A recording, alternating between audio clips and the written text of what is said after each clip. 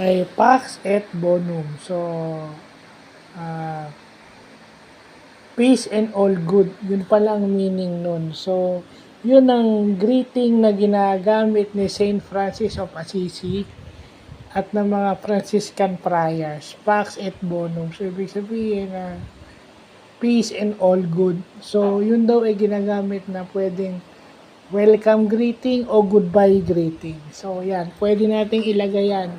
Pwedeng salutation at saka end note. No?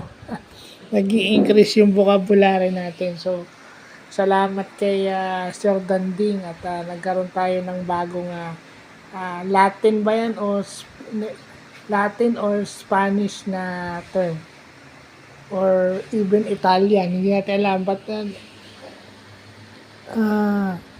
peace and all good, yan na yan,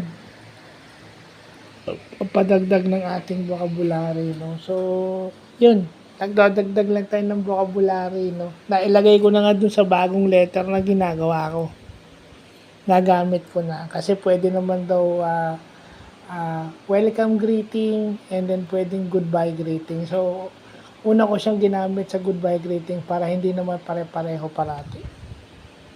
So, yun lang po.